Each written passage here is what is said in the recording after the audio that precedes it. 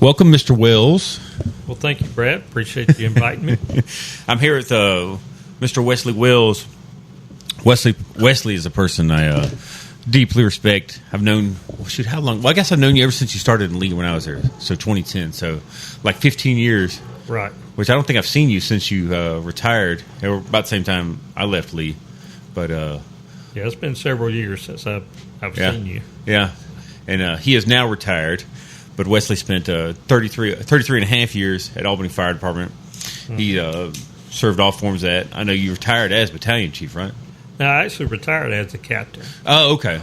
I think you remember you telling me you were, maybe right before you retired, you were going up for battalion chief or something? Well, I served as interim battalion chief. Oh, that's what it was. For about 6 months for the department when they were going through a transition phase. Okay. That's what it was. I was trying to remember because I thought you had operated as a battalion chief, and I guess that's what it was. But like I said, he spent 33 and a half years at Albany, spent 10 years Lee County. I know you're director there for a couple years while I was under you. He was my boss for a while. Yeah. Well, you can say that, but I can also say I learned a lot from you when I was there. It's when I was riding the truck as an EMT. Yeah. Yeah, you were firefighter and leader, and then you started off over as an EMT, kind of, right. I guess the low rung of the totem pole in the ambulance. Yep. And I remember, starting that job as, firefighter EMT, and you're looking up to all the paramedics and you're looking for guidance to learn your way and learn the ropes. And I was fortunate enough to ride with folks like you and some of the others that you've actually had on here, Steve Abel and John Barnes. And those are great people to learn from. I'm probably a person of just maybe watch what I do, maybe. I'm not the best instructor per se. Those guys are great instructors, which is, that's why I had him on here. One of the reasons I had him on here, but, Brian, he could teach anybody anything, He can. He's really good at breaking it down and getting you to understand and relax more than anything. Yeah. And that's what was nice, Even somebody like Alan McDonald, was really relaxed and help you just settle into it. And not be so worried about doing something wrong or missing something. Yeah. So I feel like Alan, he's got to be relaxed with the kids and everything. And he's patient.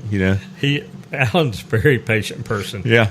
But he's fun. I think that's the biggest thing that you realize with all these people that you look to in this service is while they're good at their job and they're well respected and they expect high quality work out of everybody that they ride a truck with, they're also fun people. Yeah, they got a good attitude. Good attitude, fun personalities, and you can mesh with these people and they can make the job fun while holding a high standard of patient care. There's nothing worse than coming to work and somebody just has a bad attitude to be there about everything. I know nobody's got a perfect attitude every day they come in, but generally, those people that have a good attitude, even if they're having a bad day, it's not consistent. Like might come in or something's irritating, but it's, it's not like the whole shift. Like it's like one bad thing, but hey, I don't really want to take it out on you kind of thing. Now, most people that come in, even if they come in a bad mood, that something happened on the way to work, frustrated them, whatever else, and they come in and you can tell they're in a bad mood, you can ask them, hey, what's going on with you today? You seem on edge. And normally they'll talk about it for a few minutes and then they realize, hey, that's over with. That's all they needed is get it out of their system, and the rest of the day is great. It's rare to find people that come in and have a bad attitude the whole shift. And normally those type of people don't stay in the service long. They move on and go somewhere else. And that works out well for us, of course. But it's not common for somebody to be mad the whole day. There was one person that used to work with us at the department. And I remember just one day, there's a lot of days, always a bad attitude, but I remember one day, we just like fire, fire EMS, we come in, we'll relieve the crew, and you kind of just generally ask how their shift went. Right. And part of that is just kind of getting a feel for, like, what state, like the apparatus, whether a fire truck or ambulance might be in, or, make sure stuff's right. Because you're going to check off the truck, but if... But you also want to know what you need to be hyper vigilant about when you're checking that stuff to make sure you check for blood if they had a bad trauma incident. Really check the ambulance clothes to make sure it's not contaminated, even though you know that they tried to clean it, but you always miss some stuff. Yeah. And two, like, sometimes you come straight in, you go straight to a call, and you don't have time to fully check your truck, so you want to know, like, the main thing I want to check first, especially if it's a critical piece of equipment that you don't have, like, a backup for. You don't have multiples of them. But I remember I came in that one day, and that person, I was like, hey, y'all have a good shift? Oh, it was terrible. And I said, oh, what happened? What'd y'all have or whatever? I was like, oh, did y'all have a lot of calls? Oh, no, we had 2. I'm like, well, that don't sound too bad. I was like, what did y'all get them both, like, after midnight or something? Y'all up late? No, well, we didn't have to get up. I'm like, well, you had 2 calls, you didn't get up? I said, well, were they terrible calls or something? No, we just did this, and it was, like, 2 very, basically, like, nonchalant BLS calls. They really didn't have to do anything. I'm like, so, don't sound like that shift was that bad, but that was a person that always had a bad attitude. And I was like, man, if that's a terrible shift, I think... some of these shifts really are terrible. Yeah. When somebody tells us that they have a terrible shift, I guess we're looking for in our own perspective of what a terrible shift is. And that's quite different sometimes, the way people see things. Yeah. But yeah, Wesley's a person that I always respected. You always had a good attitude, but you also weren't scared to express your displeasure with stuff that wasn't right. Like, Wesley always had a good, like, internal compass. That's not right. That's not right. And whether Wesley should say it or not, sometimes he was going to let you know. Kind of like Steve. Like, you and Steve are a lot alike in that aspect. And nah, that's not right. We don't need to be doing that. That's not the way it should be done. And so it was good, like, I guess, moral compass and job compass of what needs to be done and not letting stuff slide. Well, you're right. I did develop that reputation of being a very outspoken person, but exactly what you're saying, it's for the right reasons. It was never to be rebellious or try to just buck a system. It was always to better either the crew members or the service or the service that we're providing to the citizens. It wasn't. It was never, hey, I just don't want to do this. It was like, this just isn't the right thing. This is what needs to be done.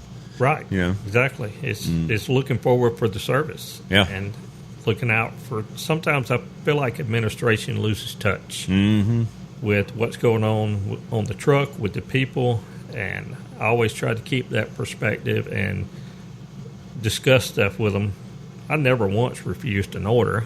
Now, I certainly would speak my mind and question an order or saying, I don't think, like you say, I don't think we should do this, or I don't think this is how it should go.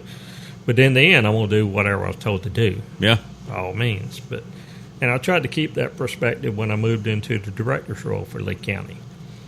I always felt like that one of my main jobs as a director there was to look out for the people as much as anything, and trying to accomplish what the the county commission and the county managers wanted to happen, and keep the personnel in mind while doing that is a really difficult thing to do. Yeah. That's one thing you learn in administration is it's not as simple as it always seems from the other side. Yeah. Yeah, I can believe it. Especially dealing with county commissioners and higher-ups that want something done that, you might not agree with, or they might have a pet project or something. Or I don't know. Sometimes it seems like that. I can definitely say from the ground, like, they want this done, what? Well, that is true. And sometimes when they also lose perspective from the standpoint of they hire you based on your knowledge and abilities to carry out the roles and the tasks at hand to provide their services. And they forget that you are the professional and you know what needs to happen or can and can't happen based on the Office of EMS or the NFPA standards and things like that. And they don't understand those concepts. And they may ask you to do stuff that doesn't fall in line with that. And it becomes quite a challenge because you have to satisfy your commissioners and your bosses, but at the same time you have to keep the standards of the service in mind. And that's a difficult thing to do. Yeah, I can imagine. I never had to serve that role, and I've heard stuff like that, and I was like, I don't know if I'd be good in that situation, trying to talk with them, help them understand why we don't need to do this, and explain it clearly to them, and so they can understand. I was like, I don't know. I don't think I'd be very good at that part of it. Well, it is truly difficult, and I want to say that the point that you made about the way I'm outspoken about things, it served to help me and hurt me all at the same time in that position, because you can come across as really straightforward and blunt. Yeah. And sometimes that's not well received when you're having discussions with county commissioners or even your county managers, and not quote unquote good political. I'm not good politically. Yeah, because I'm a straightforward truth teller, and I lay the facts out and tell you how we see it and how it should be done, and I'm not really good at backing down. Yeah. And so it worked in a lot of ways. It proved very effective up there from the standpoint of laying out some things for the future for fire and EMS in Lee County, and that turned out really well. Yeah. And I had a very, very successful career in Albany. Was quite respected there, and looked to lead crews, and I was fortunate enough to serve as safety officer the last few years I was there. So that gave me the chance to ride around and basically go to all the cool calls. And, that's really, really what this job is about. Yeah. And public safety is, we're all driven by adrenaline. We all have the same basic types of personalities. And most people in the services are type A personalities to begin with. Mm-hmm. And we're driven by the adrenaline rush that we get from these calls.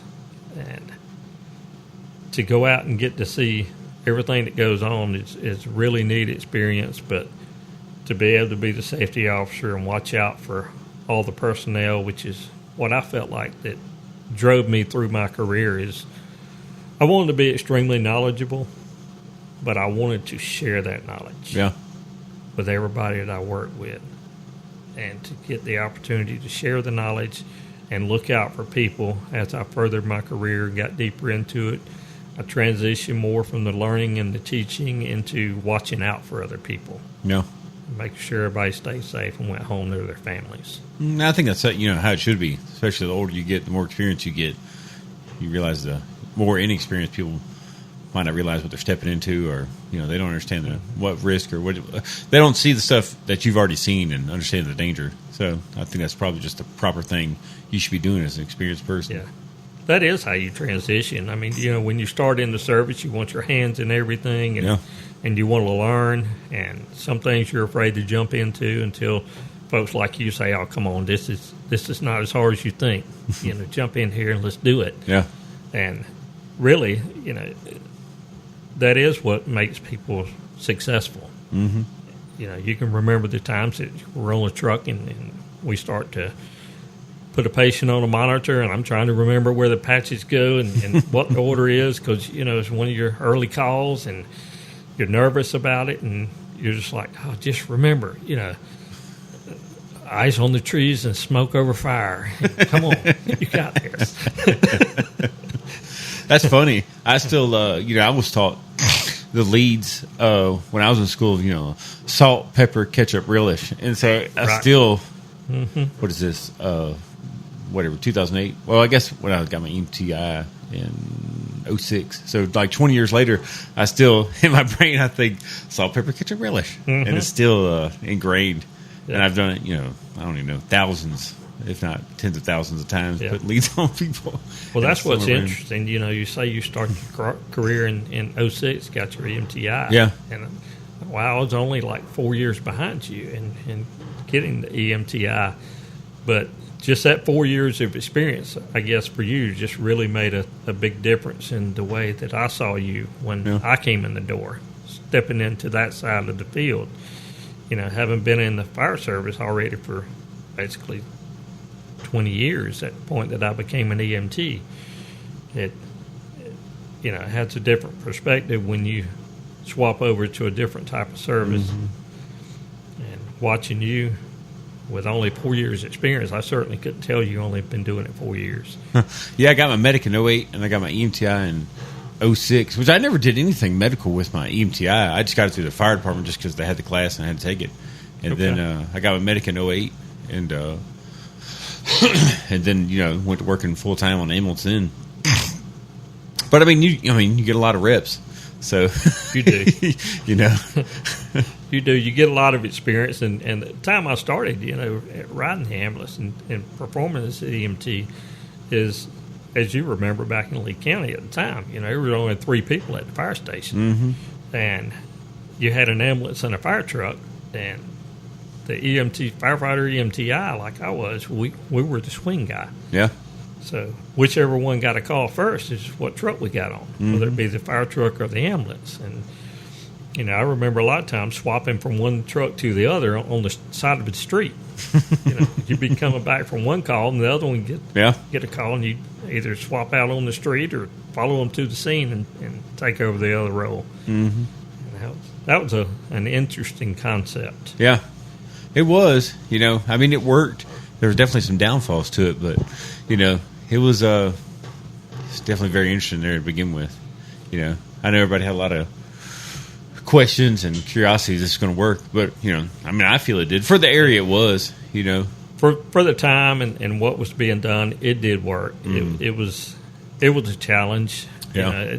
At some points, as EMTI, we felt like we were just an ambulance driver, which is kind of how it started off in a sense, is we'd help you treat the patient while we're on scene, and then we drove in. And y'all did everything else in the back as the medic.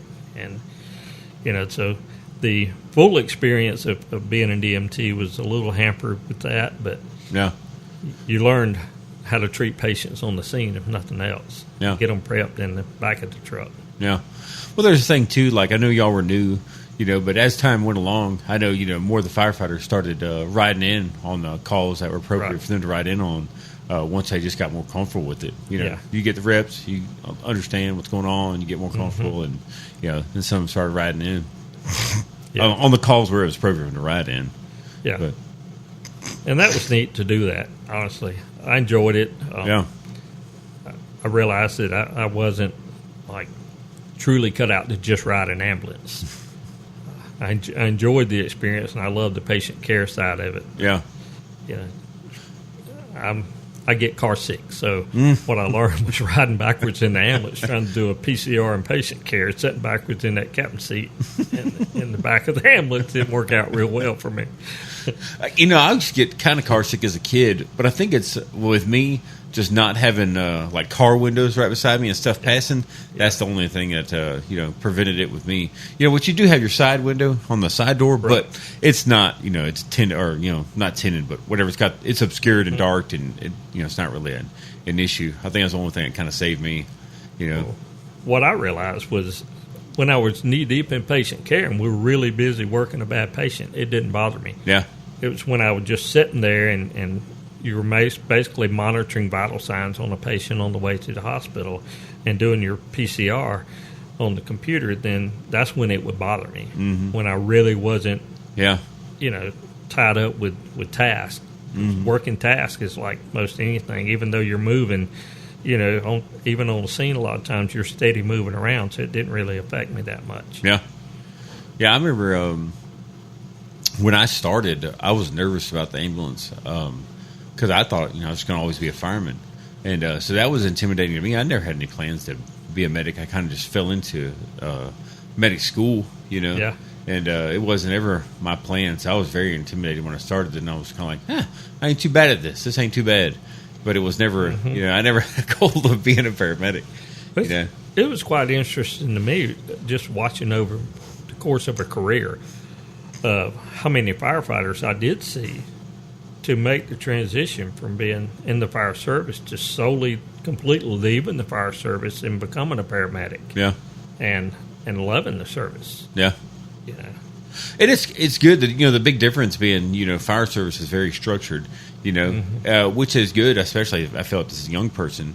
But, when you get DMS, at least services I worked were more free reign. You do your calls, and, you didn't have as many bosses. Fire department, good or bad, sometimes you can have a lot of bosses. Yes, and that can get irritating. Too many chiefs, not enough Indians. So it was kind of a change, and nice to not have so many bosses above you. You might have like a supervisor, and then like your director, but ultimately, or assistant director too. But ultimately, like day to day, you didn't have as many people in line. It's like if you're a base firefighter, senior firefighter, right, engineer, then like your station captain and battalion chief, you got have a lot of bosses every day telling you what to do if need be. Yeah, you did, and that is true on the ambulance. You're more independent. It's you and your partner, and y'all go out and handle most everything. Yeah, exception of a shift supervisor showing up if it's a bad call, or just stopping by to check on y'all. But in the fire service, you've got all those people that are right there together. And then when you make a call, you're surrounded by 15 people on a fire scene. Yeah. And like I say, you end up with too many chiefs and not enough workers. Yeah. It was interesting to me, thinking about the concept, because, when, back in the day, there was no combined services, at least around here in rural South Georgia. And, it's bigger departments, bigger cities had them. But you think about the concept of, okay, you got a paramedic on the truck, and he's the person, like the highest capable person to provide patient care. But, in the scheme of fire service, you got lieutenants, captains, engineers. You got a lot of people that might be higher ranked than you. But then you're also the paramedic who's going to be the lead person in charge of patient care, and you can order the other people what to do. So it's kind of like a strange dynamic to me coming from fire service and being part of that combining. And then like, okay, now like I got to tell you, like, potentially tell like the battalion chief what to do as far as like this is concerned. Is it's kind of an interesting role reversal and a change for that call. You know what I mean? Like that was it was interesting to me. Definitely.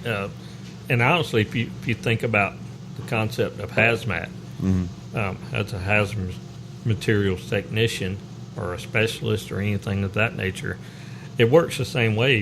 Even within the fire service, you respond to these certain calls, and if you're the highest trained person in that on that incident for hazmat per se, you may be looking over and telling a captain or a battalion chief or whatever else what really needs to happen, and you become the lead person on that scene. Yeah, and it's quite a change, and it's interesting, but most people do understand that concept. Yeah. Even though if they're a good leader, they're a good leader. I never had a bad experience, but I saw some people that I thought I might, if I was ever with them, that it might be a challenge because they some people just feel like they have to have they have to be in charge. Yeah, they got to be in charge, and I never. Luckily, I didn't, but I always thought about it.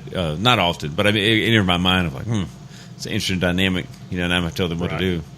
Well, having a forward personality like I did, I ended up in charge in a lot of situations that I may not necessarily been the highest ranking person on the scene, but it's just to push an incident forward. But at the same time that I say that, I also let even my youngest recruit or rookie know, even new personnel, I said, listen, you have eyes and ears and you have a brain.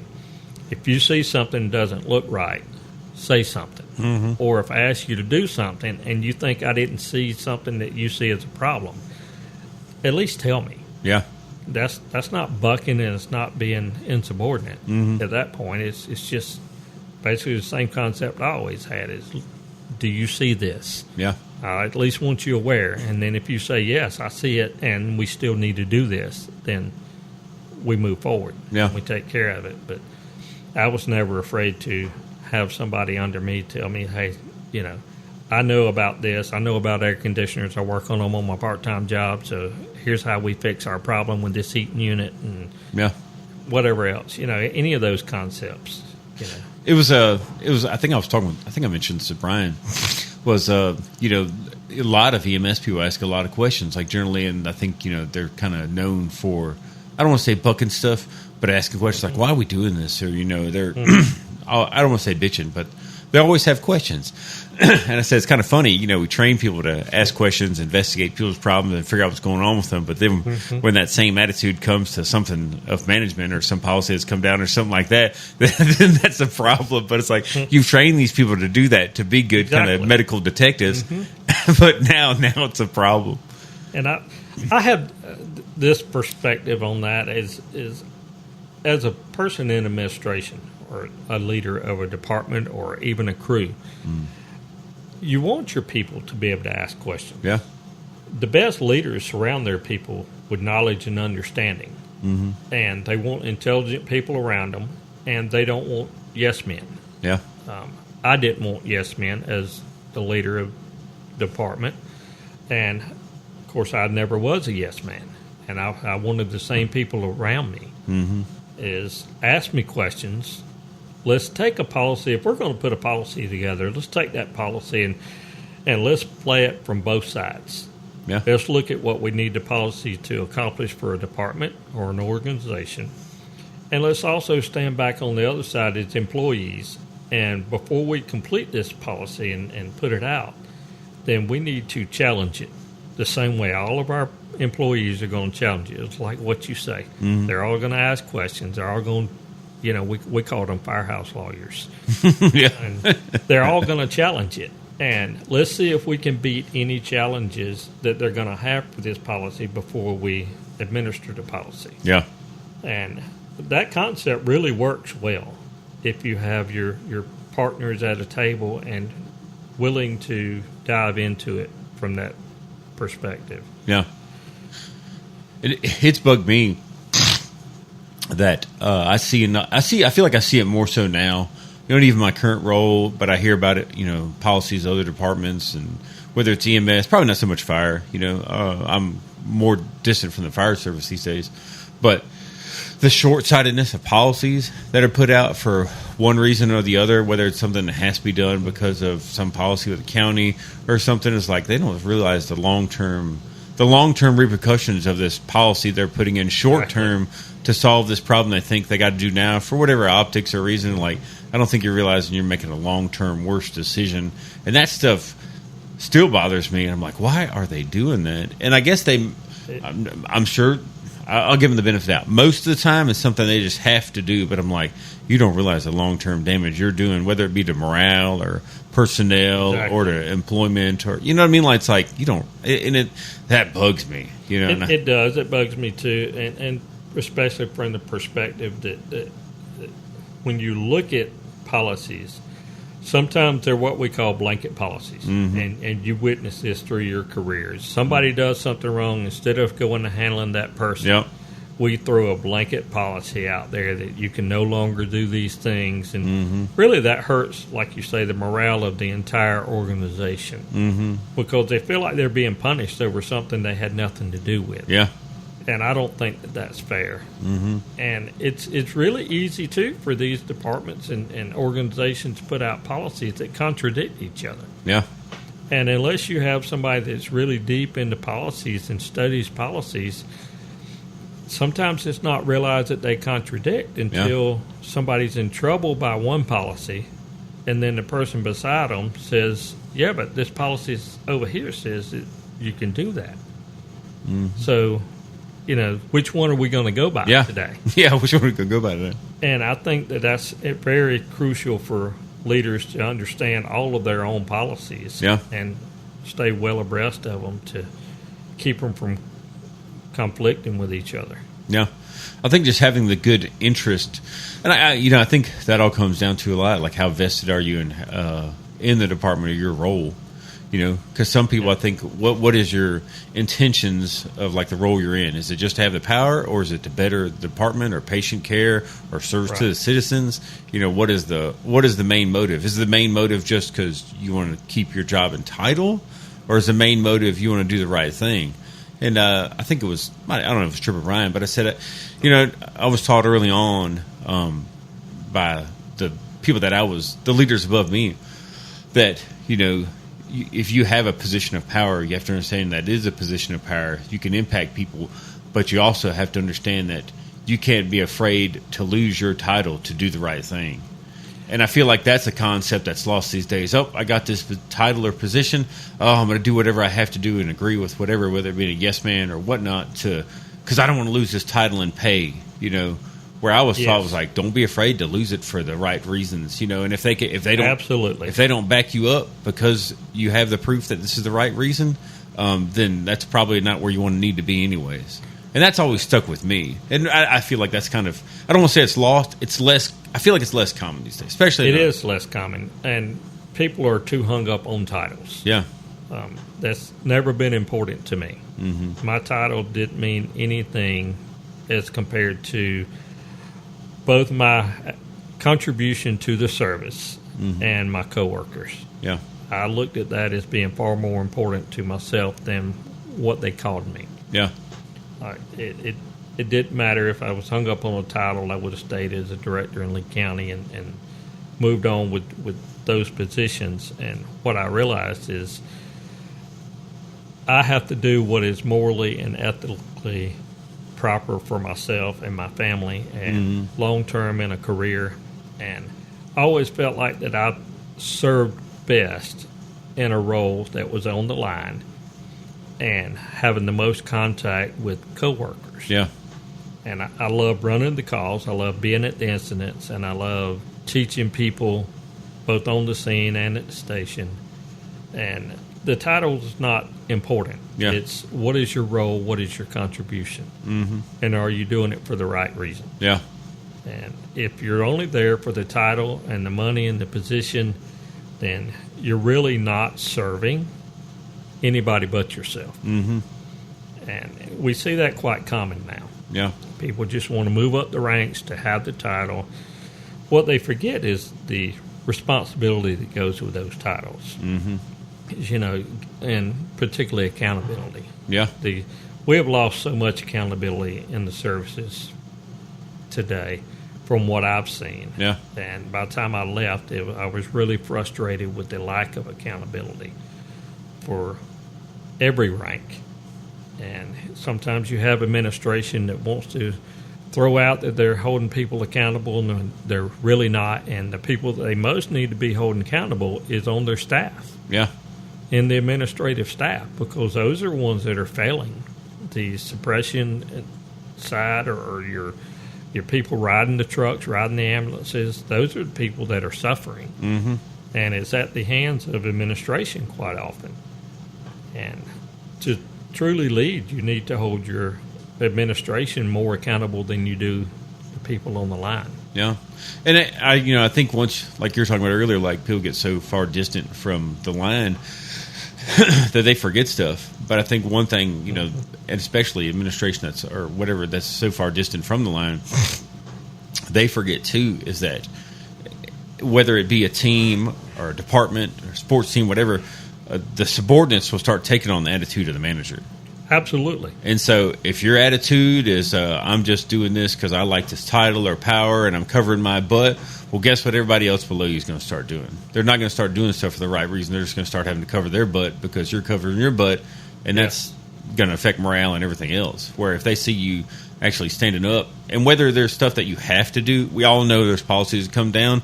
Stuff's got to be done. We know that. They get it. And sometimes, most of the time, that becomes very obvious to subordinates below you. It does, and they know that if you're the type that you're going to stand up for them, and if you bring something down to them, they understand quite clearly that this is how it has to be done. You're not just trying to push something off on them. It's a necessity for the organization, and they normally take that and run with it quite well. Yeah. Of course, none of us like change, and if we have change, we at least want to understand why we're going to go through this change. Yeah. What's the benefit on the other side? What's the long-term goal here? What are we really out for? Mm-hmm. And quite often now you see leaders that are complaining about the culture in their organization. And culture does come from the top. Mm-hmm. It does come from the leader. And if you've been the leader of this organization for a few years, the culture problems within your organization are yours. Yeah, they're yours now. You're responsible for those culture problems because you're most likely the reason that you have them. Mm-hmm. You're the leader. And as you said, you're going to take on both. You're either going to take on the attitude of the leader, or the attitude of the leader is going to cause the culture problems. Mm-hmm. And quite often you get caught in seeing, or what I've seen quite often is the fact that people are more interested in the way they look than the way they perform. Yeah. And, image over performance. And that is a detriment to the community they serve. Yeah. The image of, or maybe this is what you're saying too, or what I've seen, the image of their performance. Yes. Yes. I don't necessarily have to do the best job, but as long as it looks like I'm doing that. Exactly. A good job. And I totally disagree with that. Yeah. I feel like that if you perform well, you're going to look good. Mm-hmm. As opposed to being worried about looking good and not performing well. Mm-hmm. And making excuses for poor performance. I think that's the worst thing that anybody can do, is make an excuse for poor performance. Yeah. Yeah, I just and that's I've talked with many of the people on here about that, because I've been a long time since I've been on the line as far as the ground, but I still see it, and all that transfers up into the air service, because we take in people from the ground, medics and stuff. And like I said, I'm older now. I've been in it for 20 years, and I see the change. And you're like, man, what happened? And like I talked with Ricky about there at the end was, it used to be like a devotion. I'll say devotion. I guess devotion of people that if they saw something needed to be done, especially if it was something serious, it was just done. You know what I mean? Like, it wasn't really like a thought.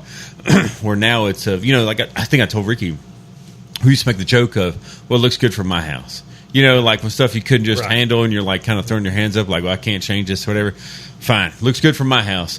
But now that's kind of like been taken literally to a degree, I feel like. Unfortunately, it is. And it's quite sad when you look at the new generation of personnel coming into the services now.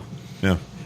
Most of the people back, as we all used to term, back in the heyday or back in the old days, and it's all relative to your career timeline. Mm-hmm.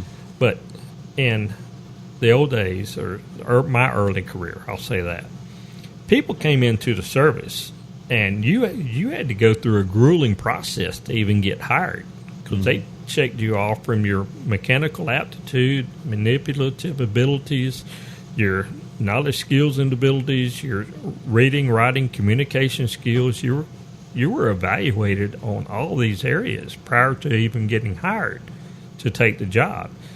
And then once you took the job, they laid it out to you that you had a performance level that you were expected to achieve. And if you didn't achieve that performance level, you didn't keep your job.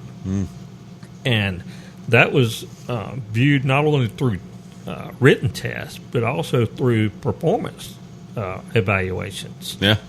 And now it's kind of transitioned into, we're just worried about passing a test so that you can hold a certification, as opposed to truly knowing and understanding the materials. And I think that's a detriment to the services overall. But the attitude of the personnel coming in has changed. We took the job looking for a career, and devoting, like you were saying, it is a devotion. It's a devotion to your career and to the people around you in the community to learn and perform. The personnel they're hiring now come in the door, and it's basically a job. They don't see the job in fire service or EMS or any public safety position.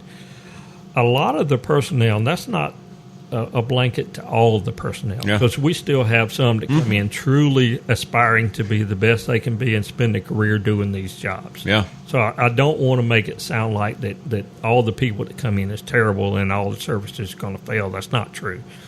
But a lot of the younger people that come in see it as no more than a job, any more than a job working at a curb store or a grocery store or any type of desk job. They see it as it's a job, simple, and they're not worried about whether or not they keep that job. Yeah. And as long as they can get a paycheck and perform minimally, that's what they're going to do. They don't jump on it like you were saying I see this needs to be done, I'm going to go do it.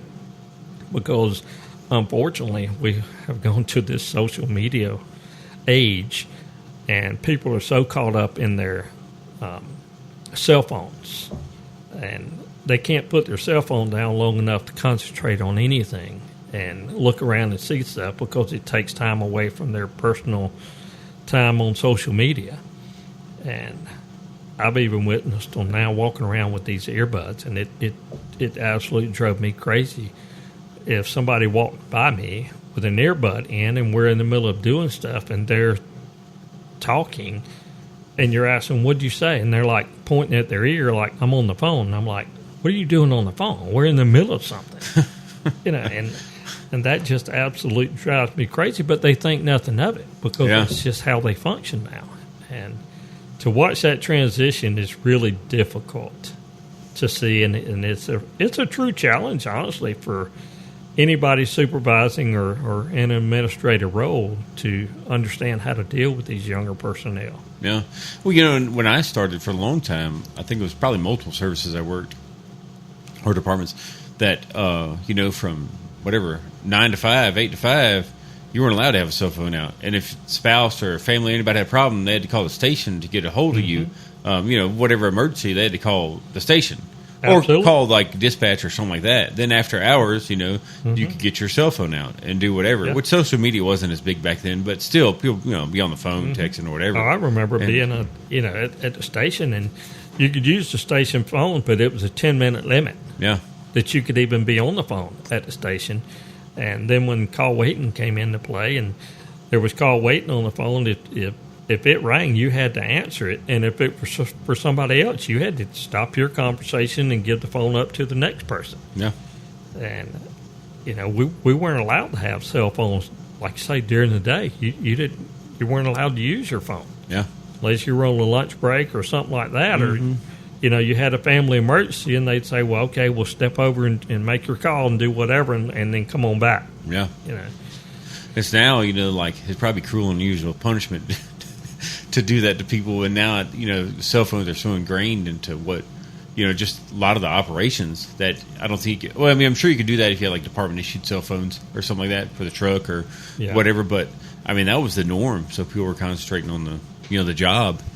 They were, but if you look at it, I think we're going to see some of this come back around. I think you're going to have to eventually. Yes, I think you're going to see the policies revert back to limiting that use. You're starting to see it in school systems. Yeah. Where they're starting to take the cell phones and lock them away from kids during the day because of the same problem. Mm-hmm. And I'm proud to see them do it because I think that's where it starts, is in their younger formative years, and training them to understand that you separate yourselves from personal things when you're in school or you're at work, and you need to separate and perform your job or learn your material. Yeah. And then you have your personal time when you can use your cell phone. Yeah.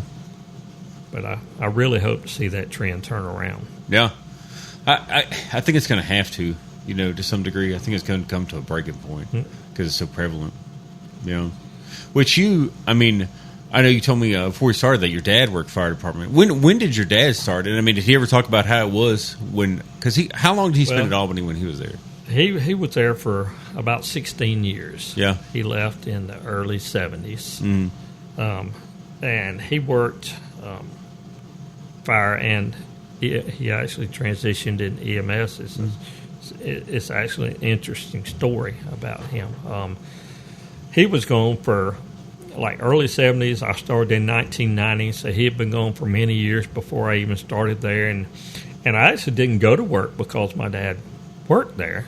Yeah. I actually went simply because I needed a good job, and was sitting there watching back in the day the Albany Herald for the classifieds for job openings. Mm-hmm. And I actually went and applied because I saw the job opening, and I was like, well, my dad did it. I'll go try it and try to have a better, financial situation for a family and have benefits. But he worked there for about 16 years, and when he started, they basically didn't wear air masks and just wore long bunker pants, long trench coats rather, to fight fires during the day. he actually worked on. He was what they call one of the linemen, and what they meant by linemen back then is they worked on communication boxes. And if you backdate the fire service and think about years and years ago, they had call boxes throughout the city. Yeah. And those call boxes, when you pulled them, they would actually send a digital, like a Morse code number to the dispatch center that would come out on a ticker tape. Huh. And so it would be like call box 16 is activated. So everybody knew where call box 16 was, and they would dispatch the trucks to go to call box 16, and you would look around and see if you saw a fire anywhere close to call box 16. Huh. And so that's how it started out when he was there working. Yeah. And he would do that during the day, work on those call boxes during the day, and then he'd ride a fire truck at night. And then he went to work for EMS back in the late 60s, early 70s. He went to EMS. He was actually in the Dr. Charles Gillespie actually put on the first EMS class here. Yeah. He taught the first EMTs. And I had no idea that my dad was in the first EMT class. Oh, wow. But he was. He was among several other firefighters and all that went through and became EMTs early in their career, and Dr. Gillespie taught that class. And when I actually found out this information was when I was about to graduate from EMT school at Albany Technical College. They were dedicating the new wing of the school to Dr. Gillespie, the Gillespie building down there. And I was actually in the hallway with Charles Proctor was the instructor, and I was in the hallway and looking, and they actually had a plaque and a picture on the wall of the first class from Dr. Gillespie. And at that point, I realized that my dad was in the first graduating class from Dr. Gillespie, and ironically, I was in the first graduating class from the Gillespie building. I mean, that's amazing. That's quite interesting that it fell out that way through happenstance. And I went to get my EMT license, believe it or not. I went to EMT school because of working in the fire service. I wanted to know more. Yeah. You respond to all these medical incidents, accidents, and everything else, and you see these patients in need, and basically all we were ever able to do in all reality is say, help's on the way. Yeah. In retrospect, you didn't do much more than that. You would control bleeding, try to hold them still, things like that, keep them conscious. But you really didn't know what was going on with them or how to try to help treat them. Mm-hmm. So feeling kind of helpless in that aspect. You felt extremely helpless. Mm-hmm. So I wanted to go to EMT school so that I had a better idea how to help patients. And interestingly enough, that's how it come about for me to go to Lee County. Is I kept trying to get hired on part-time in Lee County as a firefighter, and James Hall was the fire chief at the time, and I never could get hired on. And he kept saying, look, I'm looking for EMTs. Well, once I went through EMT school, I went back, I got hired immediately. Yeah. Rather that swing position we're talking about. And it was interesting that happened. But, to take it back to my dad working there, back then it was just, several people on the truck, and you didn't have all the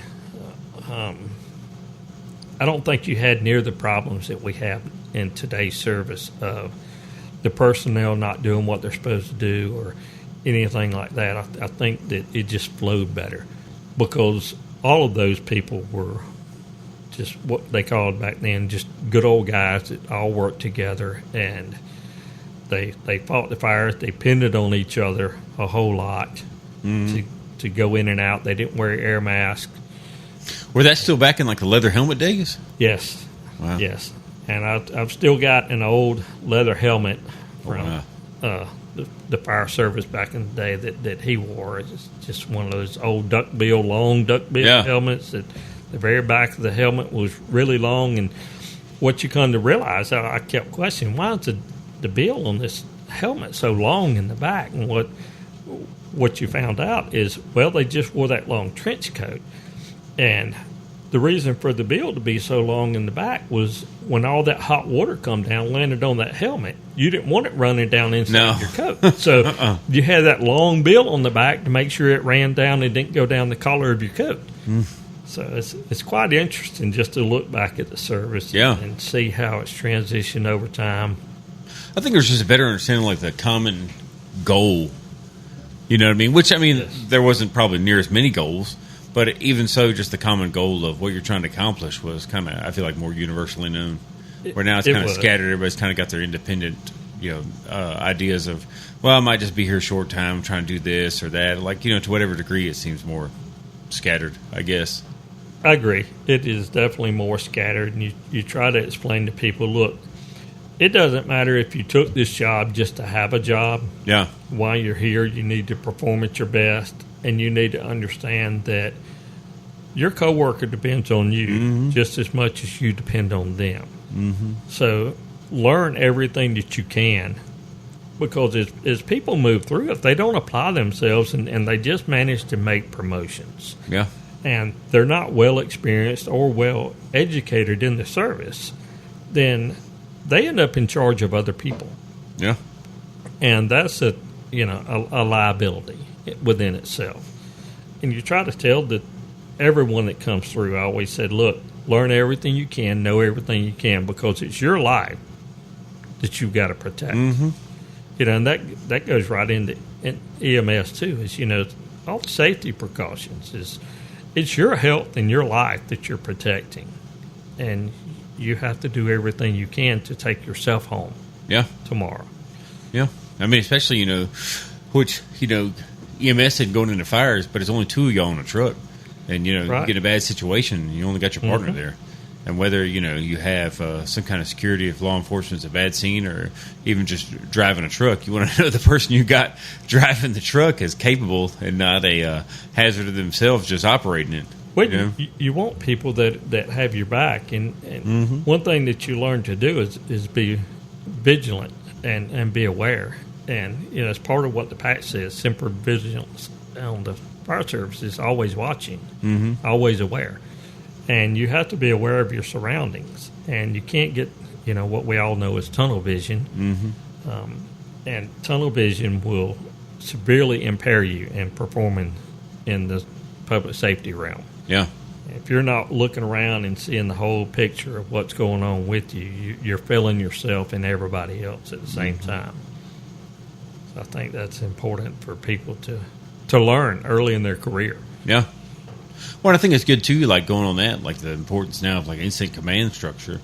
You have the ultimate person that stepped back looking at the whole picture. Instead of a bunch of people running around like chickens with their heads cut off trying to do a single task on scene, you got the one person overviewing the whole scene and then delegating from there to whatever specific regions or areas that need to be handled. So I mean, I think just the hard learning of that and the implementation of that at the young, to the newcomers, to the newbies that start off of the incident command structure has probably been, probably one of the best changes I would imagine. It is, I agree that watching that come in is one of the best things that's ever happened in public safety is having incident command. And I was, fortunate enough to watch it transition and seeing that change in older people. It's like anything, change is really bucked in the service. And there were people that made jokes about it and done everything else, but after a few years and it really started to take hold in incident command, it stopped a lot of the freelancing that you see on the scene. And organization really changed, and it made it a lot easier to assign tasks by groups and task forces and be able to follow that system and perform so much better and keep track of personnel. Even from accountability on the scene and tracking your personnel, making sure that we don't have somebody missing on a fire scene. That's critical. And I was glad to see that change come. I was also glad to see them somewhat get away from the 10 codes. In the days that we all started, everything you said was in a code on the radio. And if somebody mixed up the codes, of course, you were laughing, saying they can't even remember what code they're trying to say. And back then, you had people listening to scanners. Mm-hmm. And I understand why they did it, especially from a law enforcement perspective of using 10 codes. But when you're talking about the fire service or EMS, you need plain language. Mm-hmm. And when you're trying to run several departments together and they don't use the same 10 codes, they weren't universal. Mm. They were by region. But what you may call, one code here may mean something totally different at just a few counties over. Yeah. And if you had a major event and you bring people together, then they could never communicate. So I was glad to see us go to plain language. And two, I don't think they've thought about it, and I get it too that they didn't realize people that are watching those scanners, people are going to learn your 10 codes real quick anyways. So you're telling the same thing. Well, you could go to Radio Shack back in the day and get a copy of the 10 codes for the local area. Yeah. I mean, so it was no secret. I mean, even, if you're talking in code, the people that wanted to know, all you had to do is when you go buy a scanner at Radio Shack, they would tell you the local frequencies for all the agencies and hand you a copy of the 10 codes. Oh, wow. I didn't know that. Yeah. So they were really not providing any secrecy. Yeah. But the upgraded radio systems now that, you can't track that way are so much better. Mm. You talk about like old timers and change. I remember we had when I was starting the fire service, one of the main things I said was, and it's true, is like you have to have communications. Yes. So like if you don't have communications, there's no accountability, there's no nothing. Right. And so like whether that be radio, phone, direct, whatever, you have to have some form of communication within the incident command structure to have this accountability and to make it work. Right. It's a place I was working had a big communication setup. So, like, if there's a major disaster, like, there's radio, cells, comm, all different forms of communication. They could patch it through, and we were taught how to set it up. And there was a major incident, lost radios, lost everything. Cell towers went down, no communications. And I said, and we were at this station that had this setup. And I said, hey, don't we need to get the communications thing set up? I think it had, like, a little booster and make its own little mini repeater, go out for probably 5 miles, something like that. And, no, we got to get over here. I know there's people trapped or whatever. And I'm like, well, you taught me something like this happens. The main thing we got to have is communication so we can talk to each other, the other people, other stations, other trucks. And so you're saying we don't need to do that? And it was an old timer that was in charge. And, of course, I had to take my orders. But I was like, hey, this is what y'all taught me. I'll say, well, hey, this thing, set it up, power it up, and then we can go do whatever. Nope. And it was kind of the old-timer thing of, it's got to go. But it goes back to what you're saying is if you dig deep and you understand your service and you understand your tools in your toolbox. Mm-hmm. We had this happen during a couple of major storms and disasters in Albany, and we had the repeater towers go down. Mm-hmm. Well, without a repeater, your radios won't reach out. They'll only reach, whatever the megahertz or the radio are. Yeah. That will allow it to go out with a clear line of sight, too. Clear line of sight over a mile or two. Mm-hmm. It's as far as they'll reach without a repeater system. And during a couple of these storms, I had a cell phone on the truck with me, and I could call dispatch and use the number to dispatch. And on their radios, you go to what they call talk around channel, and it was basically become a walkie-talkie then. It didn't try to go through the repeater or anything else. You go to talk around channel, and it was just a walkie-talkie. So if you were within a certain distance of each other, you could communicate. Yeah. So what I started doing was calling the dispatcher on my cell phone, and I would find out what the next call was. And then we would respond to the next call, and we passed a couple of trucks, and I was able to get them on, we stopped and waved at them and told them, go to Channel 8, and communicate, and they would do it, and we would tell them what we're going to, and they were going, and they were like, well, how are you doing this? How did he know? I said, well, I'm calling directly to dispatch on a cell phone because we can't receive communications any other way. So we would find out what the call was, and I'd call back and tell communication what it was, and I would keep talking on that talk around. Yeah. And if there was a truck close to us, and if we needed help, we could get help from a closer truck that was out and about.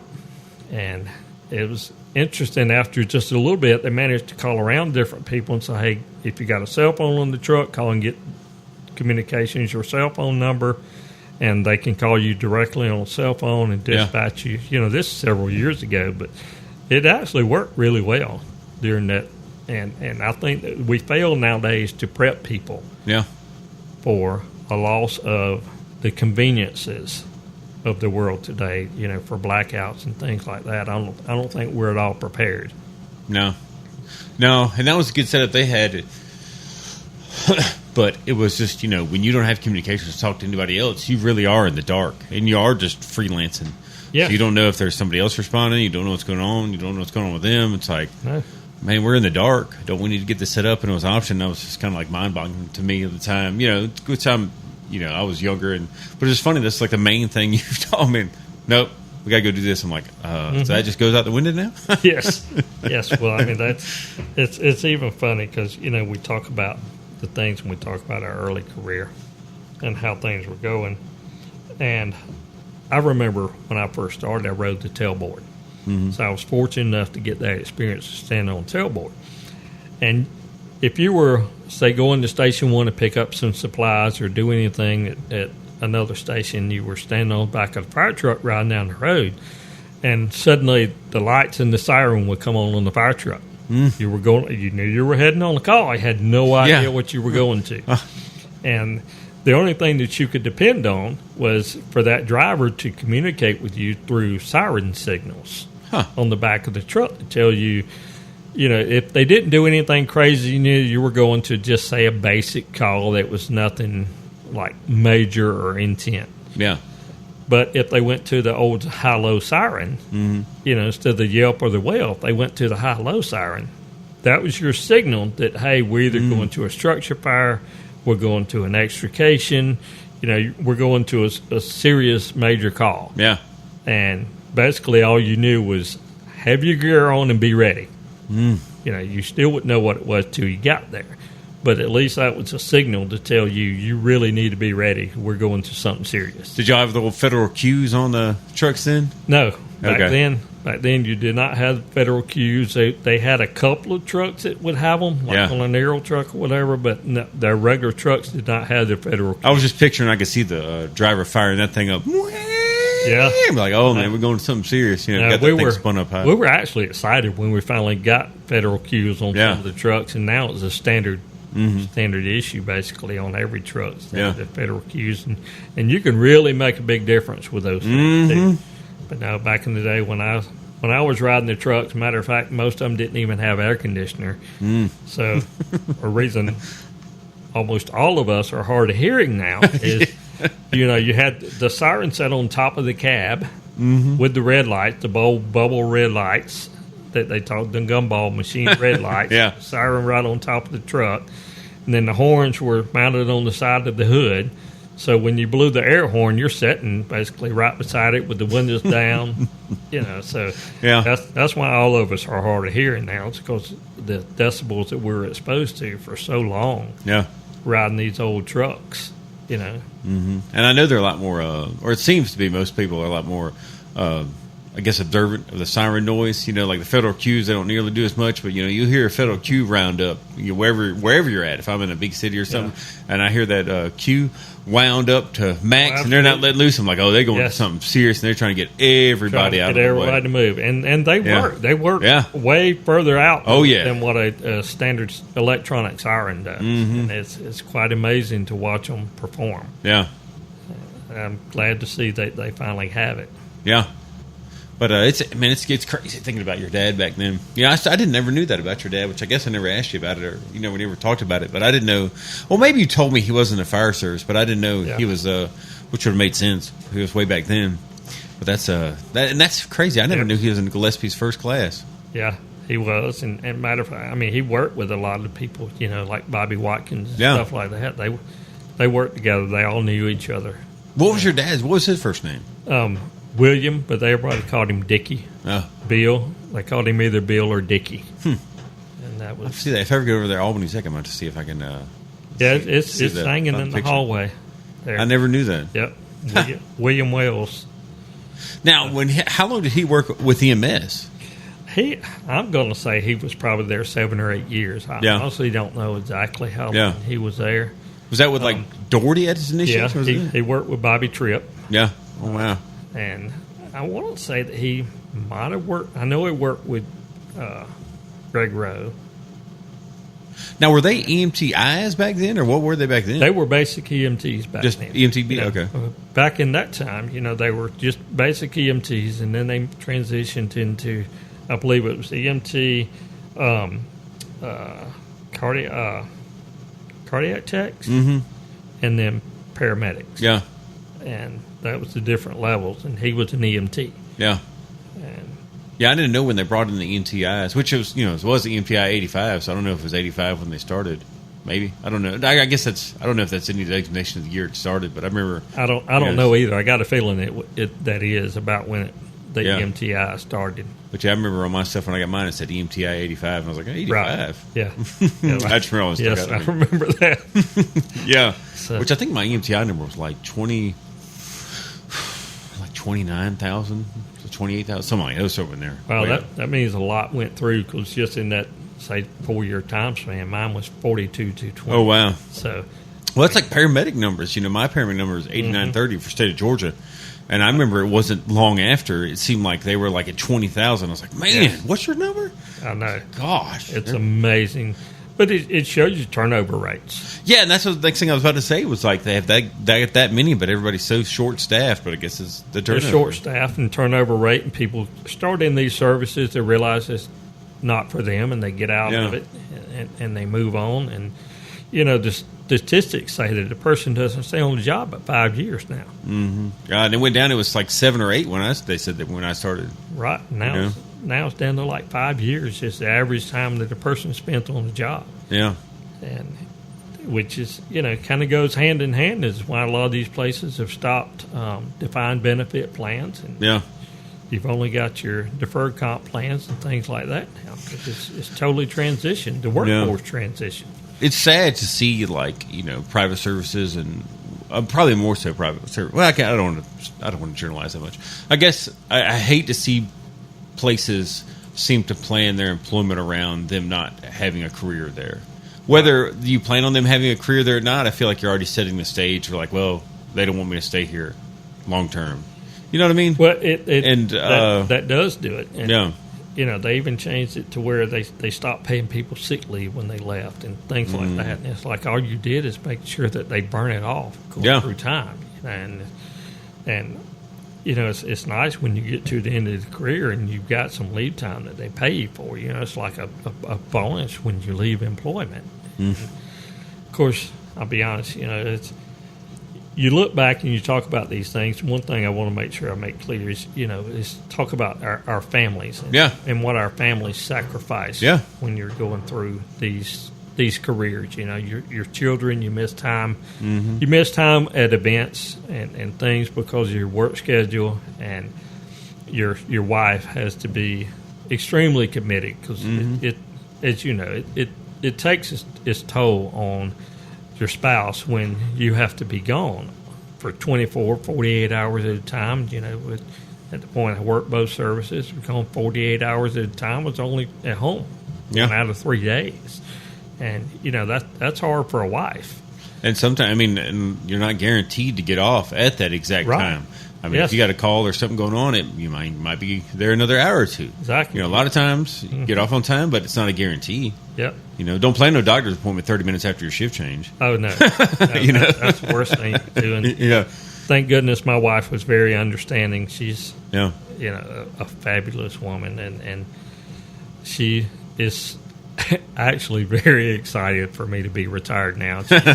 She loves it. She says finally she never has to spend the night alone again. Of course, she does when I go fishing. That's good. That's all right reason. Yeah, but she's okay with that. Yeah. It's short term. Yeah. But she's, stood by me through the career. So I was very fortunate to have that. And, she's still working. And so she's going to work a few more years. So now I'm a supporter of my wife instead of her being a supporter of me on the job. Now I support my wife working. And I talked with Ricky, about his marriage and everything, and I asked him, kind of his advice, because he seemed to be a very solid person from the outside in. Right. Him and his wife, and he said, probably biggest key I say is just the biggest key I could say is he's like just constant communication.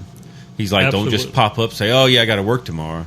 He's like, just the constant communication of it all, makes it better. He's like, it's a necessity, I guess. Would say it is. It's like you have to be. It's a necessity. I was extremely blessed, with the shortfall of employees now and the way that the services have transitioned. So many places are working short. We were extremely short in Albany the last few years I was there. And I worked a lot of overtime. And my wife was extremely understanding, because there were several instances where I would call her at 10 till 8 when I was supposed to get off at 8 o'clock and say, hey, they're asking me to stay over and work overtime. Are you okay with that? And, of course, she always said yes, unless we had something crucial planned. Yeah. She was always, yes, I understand. And, so I was extremely fortunate. She understood. She's, in the medical field, too, and she's as dedicated as we were to serving people and serving their patients. So she has the same work ethic that we have. Is you go to work. Yeah. And you're at work unless you can't be at work. Yeah. And I think we're losing that in general society now. Yeah. And I kind of wonder, thinking about it now, if like that attitude that fire service EMS had of, being willing to serve so much for patients, community, whatever, I kind of wonder if to a degree that's been abused, and that's maybe part of the reason the attitude is now, because you don't want to say no to being there to provide. But at some point, it's starting to impact your own life. And, like a spouse or whatever doesn't tell you, no, you can't be there to serve somebody in an emergency. But at some point, you have a family life, and you have to be able to say no. And that's you don't ever want to be put in that position. As a provider, I know I'm not speaking for myself when I say that, but I know there's, firefighters, EMTs, paramedics that, the money is one thing for overtime, but you don't want to leave your fellow coworkers or people in a hole, right? But it's so tough to have to say no. I can't. That's such a hard thing to do on so many levels. It is, and my wife Heather, she's the same way at work. Nurses too. She's going to take on whatever patient she has to take on. If they call her clinic last minute, hey, I got a stat referral, I need to send a patient to you, and she'll look, and if there's any way possible if she can see them that day, she'll see them. If it means she stays late, it's a dedication. But at the same time, you do have to have work-life balance. Yeah, and I think that is something that a lot of people in our age group have struggled with, truly taking the time to have the life balance. We dedicated so much to work that we didn't have the right amount of work-life balance. Yeah. And when we talk about this new generation, I do think that they see it more as my lifetime is as important as my work. Yeah. And they're going to take the time for themselves and their families and go on their vacations and take their time away from work. And sometimes that sick day is just a mental day. Yeah. And some places have even started calling it that. Yeah. You take a mental day because you need a break from work. Yeah. And we never did that. No, and that's kind of wonder, that's definitely not the whole part of it. A lot of it, I'm sure, is generational or whatever, but, seeing how people were before them, it's like, maybe I don't want to work like that and become solely dedicated to that. I want to be able to enjoy life. And I kind of wonder if, now it's swung too far the other way in some aspects. To a degree, I think it has. I think we have hurt the dedication to the services through that. But I do understand it, because if you look at some of these other countries, the amount of time that they take off, and their limited work schedule, and they have they seem to be healthier people. In the end, it's a physiological effect, as you know, is on the body. Sometimes when you go to treat a patient, you realize that part of what's wrong with them is just stress and anxiety. It's not necessarily a medical issue. Well, that is a medical issue per se, but it's more than physical, it's a mental and emotional kind of thing that's caused their physical problems. Yeah. And I don't think that we take enough time to get away from work. You know, I believe in, and now when my wife comes home, we call it a detox time, in a sense that when she comes home, we sit down on the patio for a little while and just have general conversation. We don't talk about work or do anything else. Just let work go and enjoy home life. Yeah.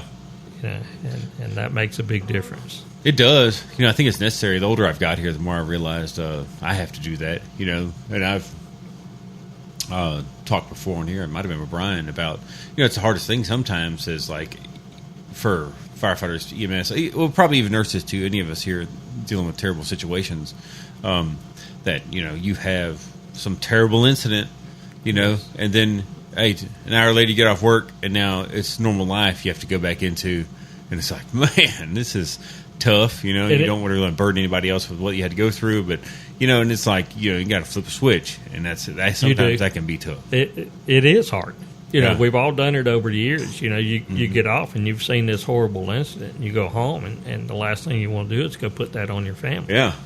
And you compartmentalize, and you go through it. You know, that's why they talk about PTSD so much now. Mm-hmm. And a lot of that is, you know, the difference in the way people handle these calls and the way they handle what they've seen. Mm-hmm. And I don't want to make it sound like people are weaker now. Mm-hmm. I don't know. I think at the time that I started, you know, the old guys would tell you, suck it up, buttercup. Yeah. And you were thrown in the middle of it, and you dealt with it, and you got back to station. If you started talking anything about it or whatever else there for a long time, it was, oh, come on, you better grow you some thick skin if you want to work here. Yeah. And that's the way it was dealt with. And now we have all these different measures to deal with PTSD, and I think it's important. My wife done her thesis on the mental health of public safety personnel when she was finishing her master's degree for nurse practitioner, and she actually done a study, and it showed just how tough the service can be on the personnel. Yeah. And it's something that needs to be addressed. I'm glad that it's finally getting addressed. Yeah. From the standpoint to help people deal with the crisis and the situations that they see and learn how to deal with their mental health. Yeah. And I think it helps tremendously. Yeah, it definitely does. I mean, you know, the compartmentalization of everything, I think it's a bad thing, but it's something that's kind of necessary. You know, it is. Especially for the job to perform what you need to do. You can't be thinking about all that at the time. My personal belief is it's you. And people that have worked with me long enough and went to incidents with me have heard me say this, is when, especially from the fire service perspective, I'll speak on that primarily, is when we go to an incident and we're cutting somebody out of a vehicle and they're severely injured and gone through a trauma, or you're even going to pick up a deceased body or anything for that matter, I tell them, I say, your job is to remove the package. Mm-hmm.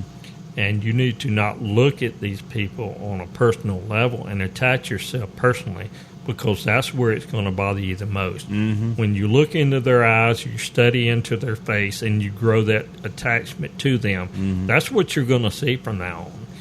And you have to realize that you're there to remove a package, and you have to remove this package delicately. Mm-hmm. And you have to treat it as such. And when people will do that, they can keep themselves somewhat separated from it. Yeah. And reduce the likelihood of PTSD. Yeah. And the trauma from those things. And that's the hardest thing to teach people is stop looking into the soul of the victim. Yeah. Yeah. And it's not that much difference from EMS. I mean, you definitely are always the same thing with fire service. You're definitely going to treat everybody to the best of your ability, like you would treat, you know, your own kin. Mm-hmm. But at the same time, you know, what does this person need? Like, right. And I'm not talking, well, I guess sometimes you could say emotionally, but I'm talking about medically. What are we supposed to do? What are the policies? What's the protocol? What's going on with them? We're treating this. Concentrate on that. You know, not the distracting injury or distracting situation or whatever. And I think that's kind of how you have to do it. But, EMS, it could be a worse. You're stuck with them in the back of the ambulance by yourself, especially for an extended period of time. Right. And at least in that specific, I guess, situation. But, I mean, fire department, you're seeing some terrible stuff. And that's, I don't even remember who it was. Somebody early on I talked about that it bugged me with flight because you get so disassociated from, like, the initial part of the call. Right. That sometimes respect is lost for, you get sent out to BFE wherever for car wreck. Volunteer fire department. That I think there's some level. And this is not everybody, but some people seems to be a general level of disrespect. Not this. I'm trying to put it better. They don't appreciate what like that volunteer firefighter has done. He's rolled up on a car wreck, potentially by himself. He doesn't have the knowledge and skill to know what's going on with that patient. He just knows they're terribly injured.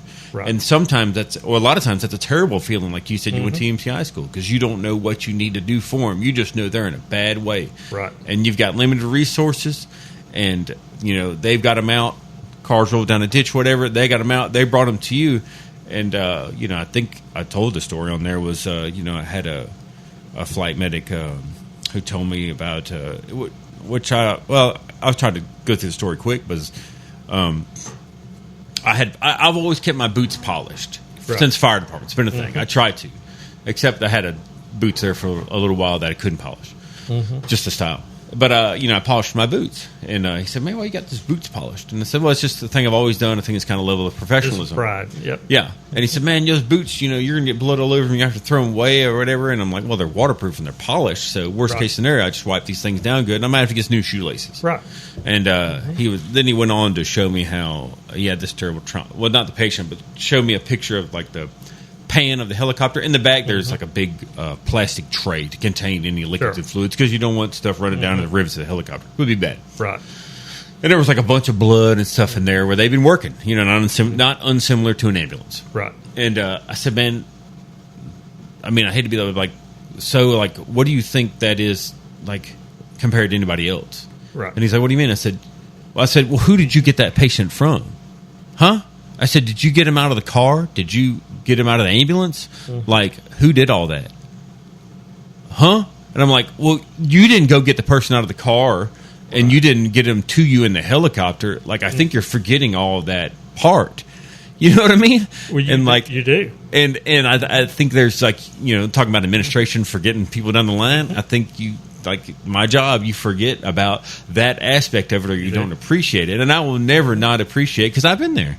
And I know they have too, for the most part. At least most medics, have been on a truck, and especially have them in fire service. And so, like, you don't appreciate that. Like, they were operating at the limit of their abilities, doing what they can for you, and don't think just because you have ability to do some critical advanced skills that you're better than them. And I'd like, he's telling about them, and it's just simple as something about, don't get, why you got them fancy boots, which weren't fancy, they were just polished. But like, I had all this blood in the helicopter.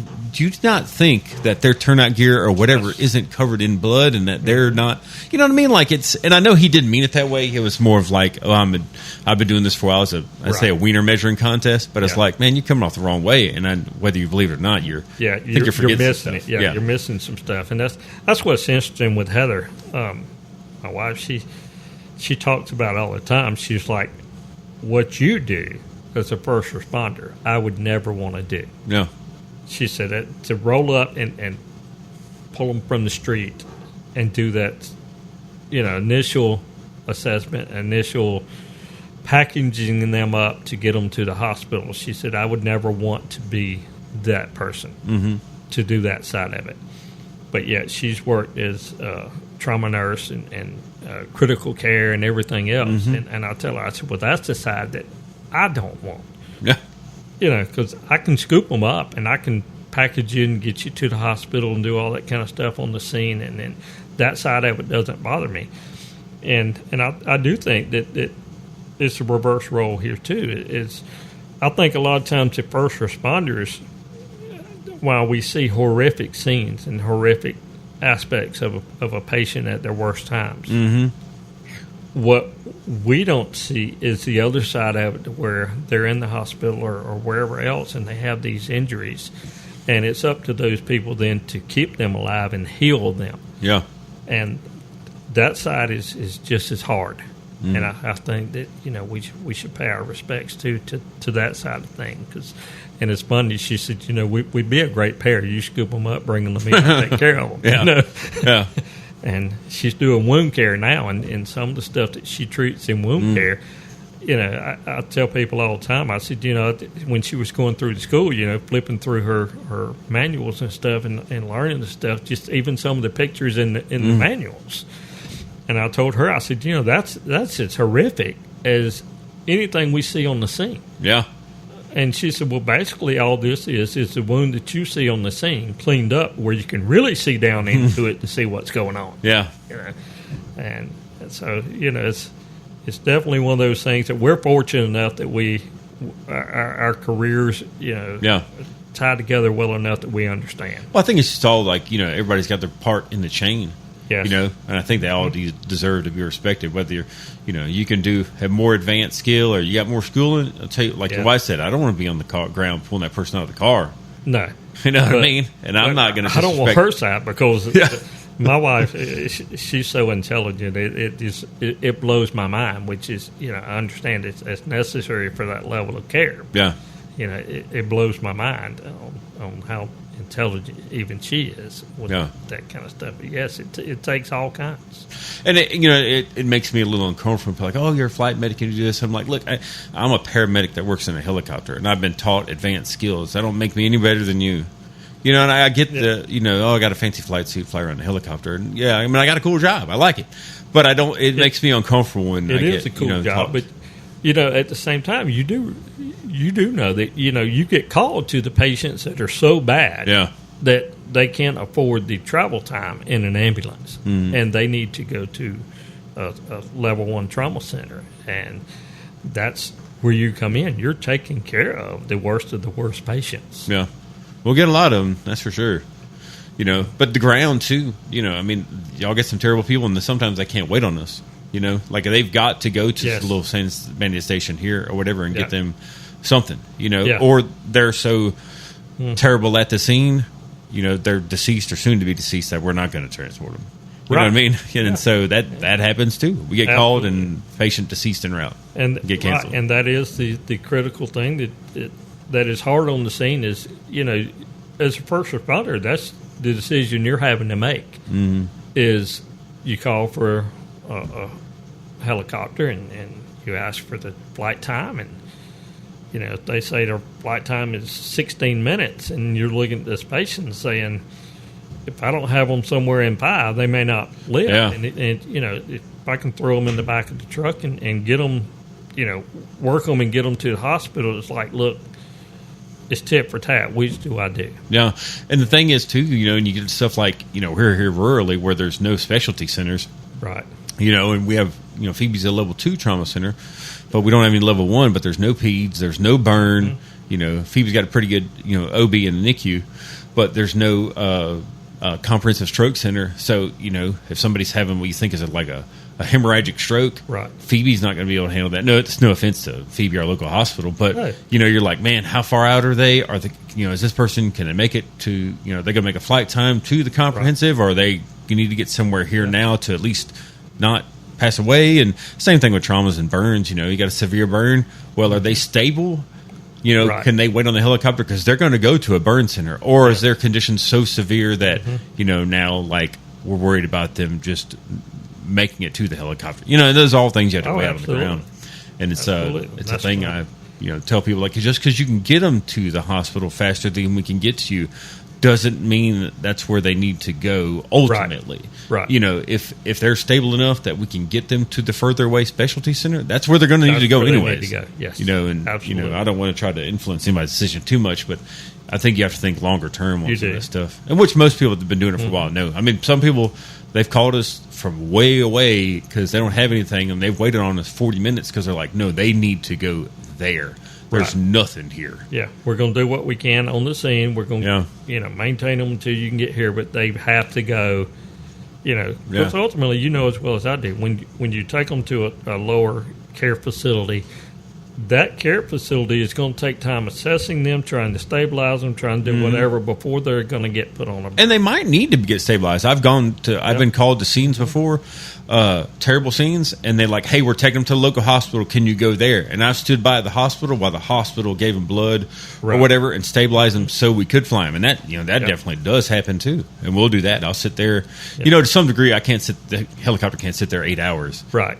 But because the hospital. I'm going to tell you what. A small hospital that might not have a lot of blood or stuff, let me tell you what they don't want. They don't want that patient stuck there because they know they're not going to be able to manage them. They want them gone fast, too. Right, they're ready for them and to go. So they want us there, too. Mm-hmm. But I'll tell you a funny story about my firefighter background and flying. Was we got called to a bad scene. Extrication was in progress. So we landed, shut down on this overpass. Guy'd run off a curved on-ramp, it circled I guess 270 degrees. We landed on the on-ramp, and he straightened out the curve, 70 mile an hour late at night. Nobody saw the car for an hour or two. Truck was way down in the woods. Somebody spotted him. Yeah. So they were extricating him. So we got there, still working on him, trying to get out of the car. And I got down there, and he needed blood and a bunch of stuff. So we got in the truck, and I got in the back of it. They're opening the back of it, and they're trying to work on the driver's side door to get him out. So I was in the back of it and started lining on him, and I was hanging blood in the helicopter because the guy he needed stuff.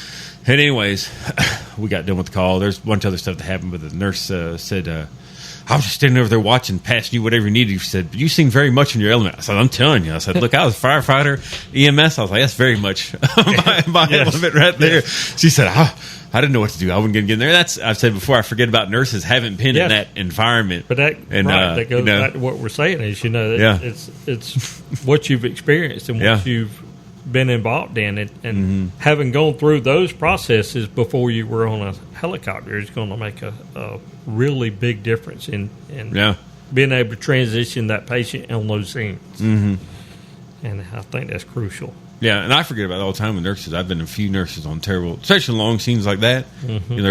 Somebody was talking about it. We had a semi versus a dump truck, and they extricate the guy from the cement. Dump truck guy, cement truck. Yeah. Semi versus cement truck, and they'd extricate him. And there's all the resources. There's probably a dozen cop cars, and there was fire trucks out the wazoo and person everywhere. And she was just like, I'm just taking all this in. I've never been on this before. And I was like, oh, yeah, I forget. This is it can be intimidating. If and mesmerizing for them because it's just like, oh, wow, I didn't realize all this went on.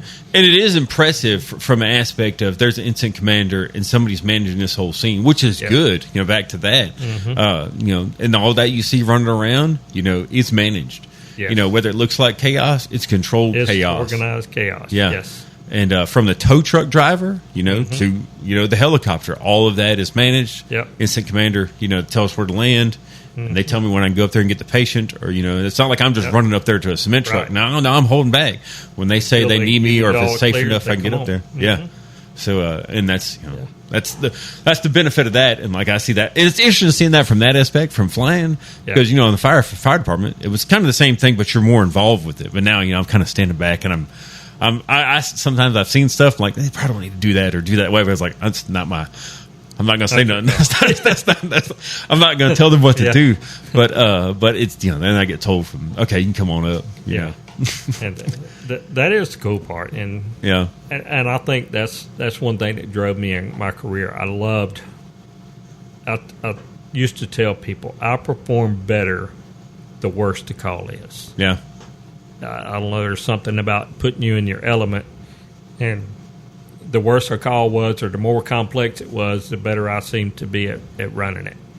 Complex calls, I guess you just get complacent over time. Yeah, I mean standard just run-of-the-mill calls, you get complacent, and sometimes you don't even think as clear as you should or think as deep as you should on those calls because they're just routine. Well, that's the easiest calls to overlook something that you'll miss. It is. Because you've got complacent. And they they preach complacency all the time with air and on fire too. But you talk about complex calls or, terrible calls, people at their best on. There's one medic, and I'll tell you his name after this, and you might figure out who I'm talking about. But there's one medic that I know, and I love him to death. But, if you don't give him calls, he is terrible. He'll be grouchy or complaining about stuff. and just whatever. But if it's something serious, it's like Jekyll and Hyde, flip a switch. What do you need? What can we do? What do you need? And it's like, it's kind of amazing to me, and I appreciate it. But it's like, man, you're at the station, you're bored, you're going to find something to gossip and bitch about, and you know what I mean. But when it's as they would say, nut cutting time, it's like Jekyll and Hyde switch flipped, and I don't even know if he realizes it. Maybe he does, but I've caught him a couple of times when I've been like, multiple ambulance scenes, and he's opened doors. What do you need? And it's like, man, this is the guy at the station. Yes, you turn on. It's like 30 minutes ago you were complaining about life and all this, and now it's like you are like Navy SEAL EMS, and which rightfully so, he's a smart guy. But I'll always remember that a few different calls that he was like that, and I was like, man, it's just kind of interesting how. I'm sure he's not the only one, but he's the most pronounced in my brain that I've seen do that. Yeah, and I always respect him for that, whether his bitching be or whatever. But man, you got to keep that man busy on stuff. Well, that's station life in general. Yeah, true. His was just more pronounced, I would see. Probably from the end of the complaining to that, the complete 180. Yeah, that is cool to watch. So but everybody wants to wants to go to the limit of what they've been trained at, from firefighters to that's from volunteer firefighters to flight medics, because the same way. That's the purpose of all the training. People get tired of going to training and I've done this 100 times. Well, let's continue to do it, because when the time comes, you revert back to your training, and it's proven time and time again. If you don't practice your skills and you're not on top of it, when it comes time to use them, you're going to miss it. And I think that's harder in the fire service, because the breadth of what you're trained on is vast. Yes. Vast, from medical and CPR to, I know y'all are structural, but you get a basic wildland firefighting to hazmat specialist to, everything in between. The breadth of, fire department training is vast. If you really want to learn in the fire service, there's plenty to learn. Oh, yeah. High angle rescue. I mean, anything and everything. Absolutely. You can get into a specialty on, if you really want to. And if your department will allow you to go deep into that. At some point, they're like, all right, we don't necessarily need this advanced training, but yeah, you can get into anything. But you do, and I loved it. I loved all the training. The deeper, the better. And I tell especially, it could be young women too, but more young men I'll see that out of high school or something that don't necessarily have like a career path or something, like, go to fire department. Yes. Like you're a strong lad, you don't have any health problems, or whatever. You're looking for something to do, go to fire department. If you don't want to go in the military, go to fire department. They'll give you a little discipline, and you'll get at least some direction. Yes. And that's nothing else. It gives you the opportunity to figure out what you want to do. Yeah. It'll give you some structure, give you some discipline. And it's and if you're not an office type like I wasn't, best job for you if you're not an office type. Absolutely, and that's what I learned is I can do the office side. It's not a problem, but my enjoyment was in the field. Yeah, that's where I had the most enjoyment in my career, in the field. Well, I know you said you had to leave at 11, and you're way over that now. I've held you here yapping, but. Well, thank you for inviting me. I've really enjoyed it. I'll have to have you back again. I'd talk to you, too, about that other thing, see if you can make it. We'll get you. Definitely. Hopefully, I can get you back for that. Yeah, hope so. But, I'm glad you came in. Hey, we got to cut it short. I know we could talk a lot longer. Yes, we can. you don't realize how long we can talk. It's kind of like sitting at the station. Man, I'm telling you, and like that's, trip, I went like 3.5 hours with him. Yeah. And it flew by. But, we probably still could have talked more. I can run my mouth a lot about whatever. There's so much stuff that's interesting to me about it, and people are interesting. Your father. I'm sure we could talk for an hour about your father's. Yeah, you can just get in so many areas and just keep on talking. The beginning of the fire department EMS. Yes. That's very interesting. But, for another time, we'll have to have you back again or something. I remember talk more about it. Just briefly when they were riding hearse. Yeah. That's basically what they had. It's a hearse for the ambulance. And them old gurneys that didn't let down. Yes. Oh, man. Look, manual. They just slid them in the back and took off to the hospital. People, they get mad when they have a manual stretcher now. Yeah. And I feel like they need to put them steel gurneys that didn't even drop down that killed everybody's backs. I think they need to put a picture of those in every ambulance. I tell these firefighters when they complain about these air-conditioned trucks, it's not brand new and commercial cabs. I'm like, our custom cab trucks. And I'm like, you have no idea what it's like. You have an air conditioner and you're sitting inside with the windows rolled up, not exposed to all the noise. You've got it made. You need a little bit of perspective. Yes. And everybody's going to remember the stuff that was terrible when they started, but I think you have to keep a little bit of perspective, especially from the people that came before you. I see them old pictures of them old stretchers pulling out the hearse, and I'm like, my back's hurting looking at that thing. It was terrible. But props to your. We could go on and on and on. Yeah. But thank you for having me. Hey, I'm glad to have you. Thank you. Appreciate it. Anytime. All right.